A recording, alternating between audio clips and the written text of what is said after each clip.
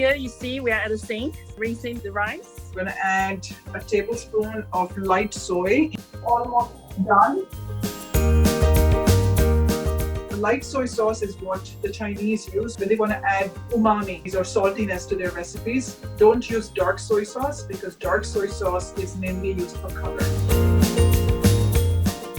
What can we replace the cooking wine with? Because we don't get in Middle East. Okay, you should be able to get it in the Chinese store, but if you can't, just replace it with white wine, okay? My chicken is releasing quite a bit of water. Should I cook it through until the water kicks off or just remove the water? Just take it out in the plate once it's done cooking, or increase the heat to high first and see if the water evaporates.